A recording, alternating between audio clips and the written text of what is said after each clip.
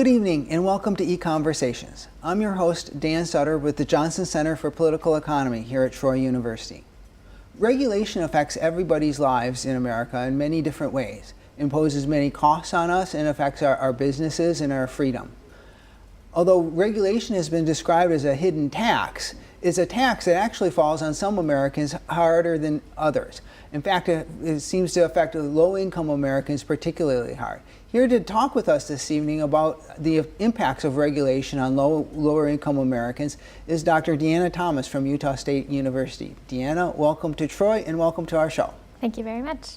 So just for our viewers, in case they might be confused, could you tell us a little bit about what regulations are and where exactly they're coming from? Yeah, so that's actually a really interesting question. Regulation usually is not something that's directly passed by Congress or anything like a law would be, but they're rules that basically originate with the bureaucratic agencies. So with the different government agencies that have the power over the specific subject area. So these would be agencies in Washington like the Environmental Protection Agency or the Correct. Occupational Safety and Health Administration, all those alphabet soup. Yes, that's right. Regulatory agencies in Washington. Yeah. And then also state and local governments also regulate some as well, right? They do, yes, they do. And they have similarly have specific agencies that are in charge of specific rules. Now, we have in the United States now we have a rather vast regulatory state. Now, just to get a sense of how large our regulatory governance is here in the United States. And we have some numbers here. I think they're from the Competitive Enterprise Institute to give us a sense. Mm-hmm. Yeah, so as you see, regulation is expanding. In the last decade or so, the regulatory apparatus of the federal government especially has been growing significantly. And so the number of rules that are out there that are governing our lives is ever expanding. I think in the most recent year, this is from their publication, 10,000 Commandments, you see there 3,700 different regulations in 1 year. And, right. And of those, I think 191 have been labeled as economically significant. Do you know what happens to be? I think that's just that there's a significant economic cost associated with them. And then you can see over 20 years there's been like 80,000 regulations. Right. This is some also to illustrate some of the trend here in regulation that you're mentioning. This is, I think, some research that was conducted at the Mercatus Center at George Mason University. And I think this is actually showing a specific type of regulation that's in effect commanding businesses to do something, right? Right. That's correct, yeah. And so I think you might not be able to see that there, but these are regulations that are using a word such as a shall or must or may not. And so these would be the ones that are actually telling a business you must do something or you can't do something, right? Yeah, that are proscriptive, that actually have consequences associated with them, yes. Yeah. And then this regulation is also rather costly, right?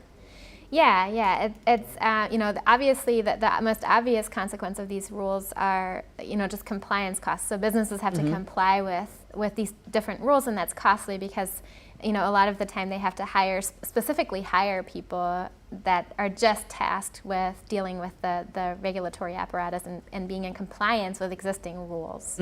That's particularly difficult for small businesses, obviously. So. Right. Yeah. Small businesses. I mean, if you're a large business, you can take care of some of these costs more relatively easily. Right. Yeah. There are economies of scale, I guess, of dealing with the red tape. Yeah. So this is estimated that the cost of regulations are at least like $1.8 trillion in 1 year. I mean, that's over 10% of our GDP, right? Yeah, that's a significant portion of the GDP, and it's not anything that ever gets quantified as a tax or.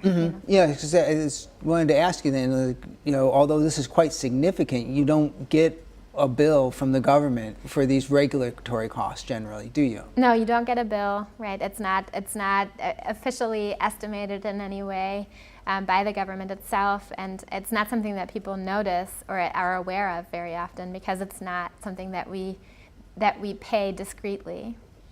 So these would be costs that would be reflected in what, like in the prices of goods and services Yeah. that we'd pay? Yeah, that's right. So prices of goods and services, right? The compliance costs that a business has to bear will be turned over to consumers essentially in the form of higher prices, Right. and then also to workers in the form of lower wages, right? So wages and rents to capital obviously as well will be lower than they otherwise would be. So when a business has to hire an extra worker just to help comply, do the paperwork or comply with these regulations, that ends up showing up in higher prices that we're paying for when we go to the store. Yes, that's right. Yeah. Now, there's probably actually even more costs of regulation than this, right? Because these are compliance costs. There are costs, other costs that regulations are imposing on businesses. Yeah, there are unseen costs, right, of businesses that are never created in the first place. For example, so this having to comply with regulation can be so costly and such a hurdle that businesses would have to overcome to start up in the first place, that it can deter people from starting businesses.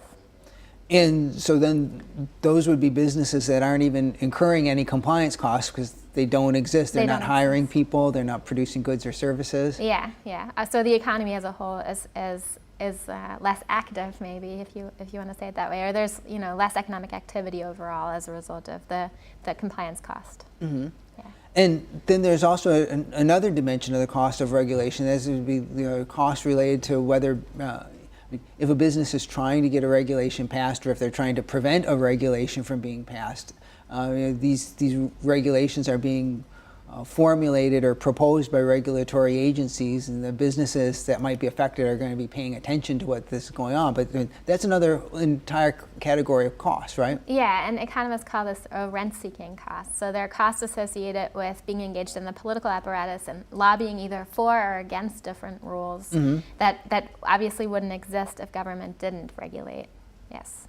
And although a lot of these regulations are serving rather general purposes, or helping to protect against health and safety, businesses can sometimes figure out ways to use these regulations to their advantages, like say against some of their fellow competitors. Yeah, right? and that's how economists, most of the time this is how economists will actually think of regulation, as a benefit to the regulated industry itself, and kind of a protective measure against new entrants or against competition more generally.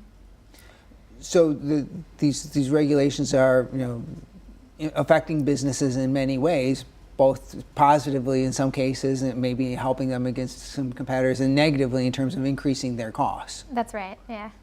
And so, but then it seems like also there's this bigger issue that if businesses are worried about hiring people to comply with regulations, or worrying about what's coming through in the next issue, in the next issue of the Federal Register, what regulation that might be about to be announced, then they're probably not thinking as much about how to make better cars, how to make better air conditioners, or how to improve their business practices. Yeah, they are focused on preventing new rules from coming their way sometimes, or from getting rules passed that are in their favor. And so there's kind of a focus away from productive economic activity to what we call unproductive or destructive, even potentially, types of economic activity, competition that's harmful to the consumer ultimately. So in the long run, this could be affecting economic growth and our standards of living, in addition to the near-term costs of higher prices. Definitely, yeah. It shifts the focus away from productive, consumer beneficial, innovation to innovation in the realm of politics. So destructive types of innovation. Well, what about some people sometimes will make a point that, well, when businesses have to hire employees to comply with regulations, they're hiring workers, and so there are jobs that are being created by regulation, and so would that offset these other effects on the economy? Well, if on net the regulation creates a benefit for society, then potentially yes. But if the regulation is just put in place to restrict entry into an industry or protect existing producers, then it would just be a job that's created to basically undermine economic competition, and so in that case it would be economically destructive. So it's not really a job that creates anything, right? In the first place, it doesn't create any positive economic products. So it's not really contributing positively to economic growth, I would say.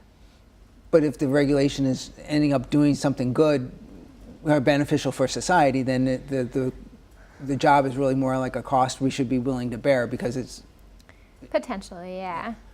But it's never a good idea to think about regulations as creating jobs simply because people have to be employed to comply with them. No, that's right. I don't think that's ever the right way to think about it. Now, you mentioned that these regulations come from different administrative executive agencies, and it actually turns out that these executive agencies have been a lot more active than Congress recently. This is one way to sort of show this. In 2012, the number of regulations that were enacted by the federal government versus the number of laws enacted by Congress. Right. And it is like a ratio of almost 30 to 1, 30 regulations for every law that Congress passes. Now, I'm not one to think that we'd be better off if Congress was passing lots more laws, but there is an element of representation in government about this, because the Competitive Enterprise Institute refers to this as like their anti-democracy index. That these regulations are being proposed by agencies whose leaders don't have to be elected by the people. Right, there's no democratic check ultimately on the regulatory agencies themselves, at least not directly, right? So we don't have any control over them as voters. So if Congress was upset about a regulation that was being put forward by the Environmental Protection Agency, for instance, what could they do about it? Well, there is, regulatory oversight, so Congress is essentially responsible for the regulatory agencies, but, the question is how well are they able to actually monitor the regulatory agencies, right? So you see the difference in scale here. If Congress passes, less than 500 laws in a year, but there are over 3,500 different types of regulatory rules that are created, then it becomes difficult even for the politicians in Congress to monitor what the regulatory agencies are actually doing. Or to even know what some of these regulations contain. To know what they are, that's right, yeah. Now, specifically, you've been doing research recently on the impact of regulation on the poor, that, in addition to impacting, say, all Americans or all of our businesses, regulations often impose a particularly heavy burden on poorer Americans. So what would be an example of a regulation that might particularly hit poorer Americans hard?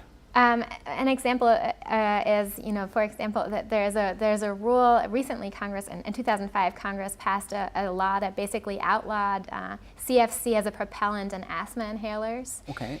So CFC is a greenhouse gas, and in 1987, all Western nations basically got together and restricted their output decided to restrict their output of greenhouse gases, and so we have rules in place that limit CFC emissions, but asthma inhalers and medical products more generally were exempted from this rule, essentially. Okay. They're obviously just a small source of greenhouse gases, right? So asthma inhalers don't put out very much CFC, but they were still in use, and it seemed like most people were okay with that. In fact, the World Meteorological Organization put out a report in 2003 that suggests that greenhouse gases were no longer really doing harm to the ozone layer, and that the ozone layer was recovering, and they were expecting it to recover to pre-1980 levels by 2050, roughly. But Congress, nevertheless, took away the medical exemption for CFC as a propellant in asthma inhalers in 2005. And so as a result of that, the price of asthma inhalers tripled. So the average price of an asthma inhaler before 2005 was roughly $13. The implementation took a little while, so that they actually recently only were completely banned, the CFC inhalers. So now you have to buy inhalers that use a different propellant, and that different propellant makes the inhalers a lot more expensive, because there's actually now a patent for this new propellant. So the price of asthma inhalers has tripled, and that has an effect on everybody that has asthma, which there are about 5 million Americans 5 million Americans roughly that have asthma that are affected by this, and so they have to pay 3 times the price that they used to pay, and that's obviously problematic for people of lower incomes, right? Everybody has to pay the price, but rich people care a lot less when their asthma inhalers are 3 times as expensive as they used to be. Now, we economists sometimes use the term a regressive tax. And in your research, you've talked about how regulation can be a regressive have a regressive effects on poorer Americans. What exactly do we mean by this term, a regressive tax? A regressive tax is a tax that decreases as income increases. So the percentage of your income that you would pay in taxes would actually go down as your income goes up. And that's exactly opposite of the current tax code, or at least the way the tax code is supposed to work, which is it's supposed to be progressive, where people of higher income pay a higher percentage of their income in taxes. And so with your example of the asthma inhalers, the $40, if both a wealthy American and a working class American had to buy an asthma inhaler for $40, as a percentage of their income is going to be a lot higher for somebody who's making $20,000 or $30,000 a year than somebody who makes $100,000 a year. That's right, and that's the sense in which I use the term. So regressive doesn't mean here, in absolute terms, but in terms of their income, the increases in price that are borne by everybody are a much more significant portion of the income of low-income households. And when we talk about taxes and regressivity, the opposite side of regressivity is progressivity, and a lot of economists debate about whether the our tax system should be progressive, or if so, how progressive.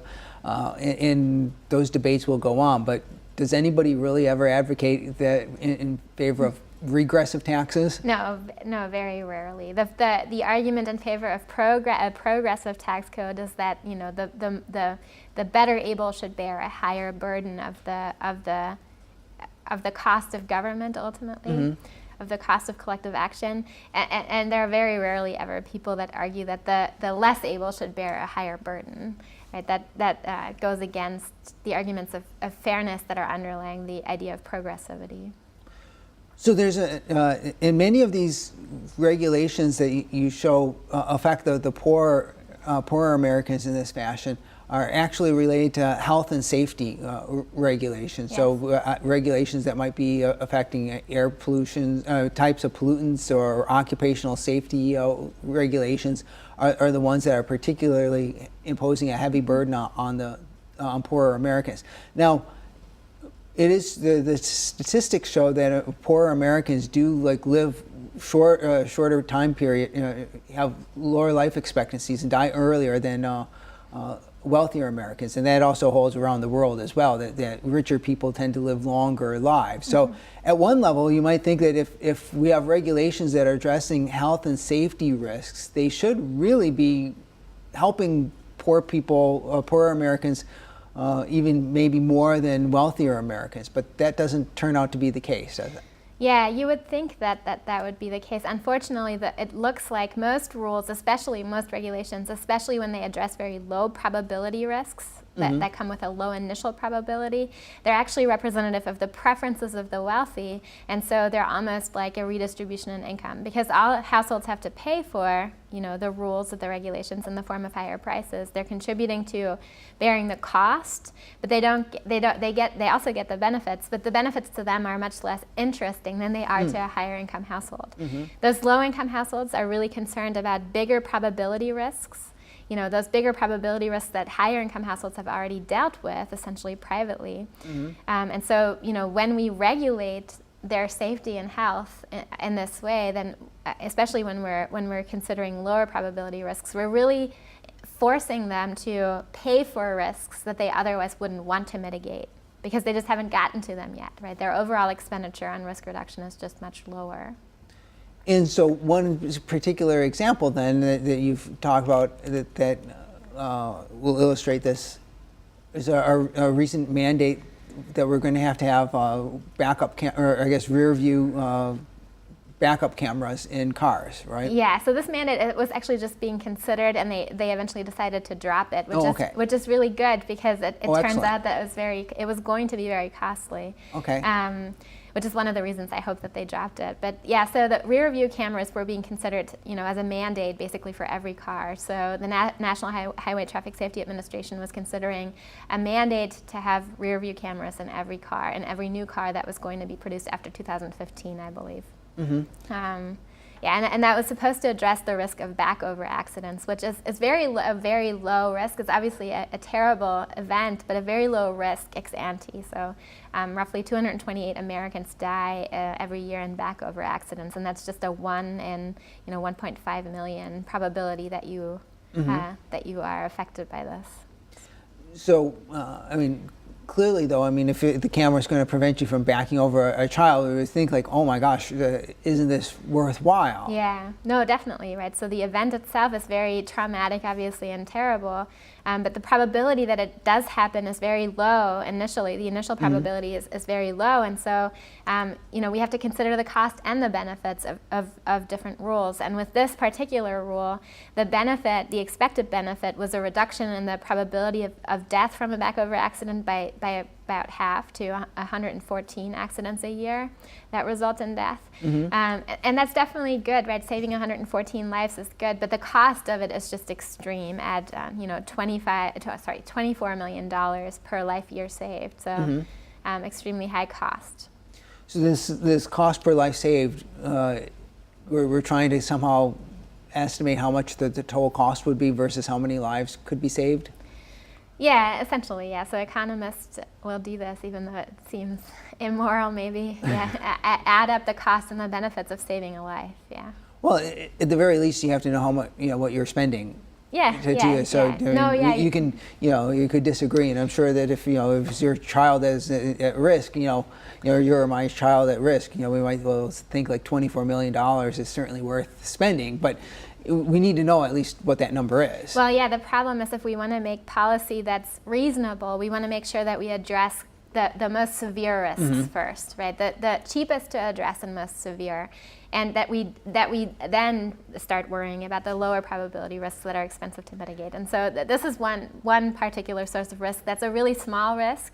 It's still terrible when it happens, but it's a small risk and it's very expensive to mitigate. So privately, I don't think anybody would ever choose to do this. And so we see, it comes down here to the $200 per vehicle, and that's a pretty significant cost, especially again if you're a lower income American. You're not buying a $50,000 car. Right. A $200 increase in a $20,000 or $15,000 car is a pretty significant increase in the cost. Yeah, so even with that, though, it might seem like $200 is not that much, right? It won't increase your car payment by much, maybe. But the important thing to remember here is that these $200 would affect the price of all cars, not just new cars. Right. So even used cars, would be more expensive as a result of this, just because the demand for used cars would go up when this new rule, if this new rule were imposed. And so, $200 on a $15,000 new car, might not sound like it's that much, but, if you're buying a car for $1,000, $200 is certainly a big increase. In another area where you argue that regulations are impacting poor families heavily is with daycare. Yeah. So child care is regulated significantly throughout this country. The rules are different in every state, but it turns out that the rules that are in place don't necessarily affect quality of child care very much. The health and safety rules are obviously important, but again, they're very small ex-ante probabilities of risk, and so, or sources of risk, and so the rules that are in place don't seem to actually help much with improving the quality or the safety of the child care environments, but what they do is significantly increase the cost, and so that's a problem, especially for low-income families, right? So if you're talking about especially female labor force participation rates, women always have to consider the cost of child care when they decide on whether or not they should enter the labor force, especially if they have children, obviously. And so, some of these rules I found in my research increase the cost of child care by about 20%, which that's a significant increase in the cost of care. And particularly important if you have a job where you're not going to be making again $100,000 a year. If you're talking about a job that you might be able to make $100,000 a year, an extra 20% for child care or daycare costs isn't that huge of a matter. But if you're making much less than that, then that's quite significant. Yeah, especially when the cost of daycare, are maybe the equivalent to the income that you expect to make, or close to it.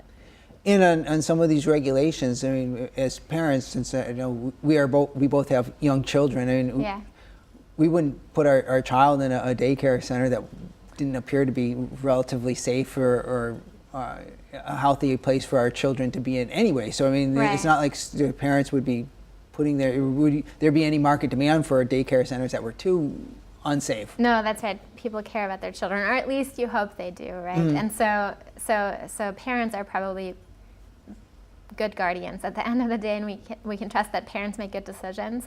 The problems with these rules are mostly that they increase the cost of care and don't seem to have a significant impact on the quality. A lot of the time, in fact, some of these rules could potentially be lowering the quality of care overall, because the things that are regulated turn out to affect the cost of care so much that that daycare centers will end up hiring lower qualified staff and things like this, where that definitely is a factor that affects the quality of the daycare environment. Because overall, whether their customers are going to want daycare depends on the overall bill, and if that bill is going up too much, they might lose their customers, so they have to try to cut back on other margins, right? Yeah, and they're cutting back on the things that aren't regulated, but it turns out that a lot of the time the things that they cut back on are actually the ones that ultimately affect the quality of the care environment much more than the things that are regulated. So we've mentioned that lower income Americans do face higher risks of death, and we see that both for adults and children. And so here's some numbers that just sort of indicate like what the real threats for poorer Americans actually are. Right? Yeah, so these are just the top 8, I think, sources of death in America for 2008, and then it's divided up by low income and high income counties, and this is specifically for the state of New York. So you see here the differences in the risks that people that live in low income counties are exposed to versus people that live in high income counties. So they're facing issues like diabetes and heart disease, and those are the bigger killers, not things like back over accidents. Yeah, so these are the top killers of Americans ultimately are heart disease and cancer, accidents. And those are the things that particularly would kill lower income Americans. Yeah. I mean, they kill everybody, right. But lower income rates, individuals, lower income individuals are affected at higher rates. Yeah. And we also see this in statistics for children as well, I believe.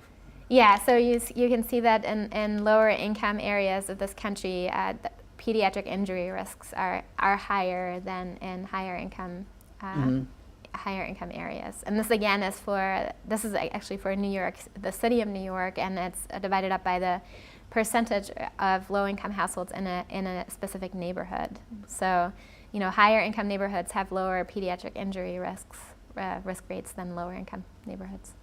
And then you're talking about some of the more mundane or ordinary types of risks, like gunshots or falls or burns, and not more esoteric or rare risks. Yeah, that's right. People are actually affected by risks that are much more significant than the things that we want to protect them from through government regulation. Now, if regulations impose too big of a burden on poor families, that could actually end up lowering their health and safety, right? So how briefly might that happen? Yeah, so it's a crowding out effect ultimately, right? So if all households have to spend more for everything they buy because of the rules that are in place, then that means they have less money left over at the end of the day to spend on private risk mitigation. So the idea is they could spend less on maybe rent, than they otherwise would. And so, if many of these rules on health and safety regulations specifically were removed, that could potentially free up so much money for low-income households that they could take private risk mitigation strategies that would actually benefit them a lot more than the regulations that are currently in place. And that would overall lower the risk profile that they're exposed to. Well, thank you very much. It's been a great conversation. And thank you for joining us. Join us again next time for another EconVersation.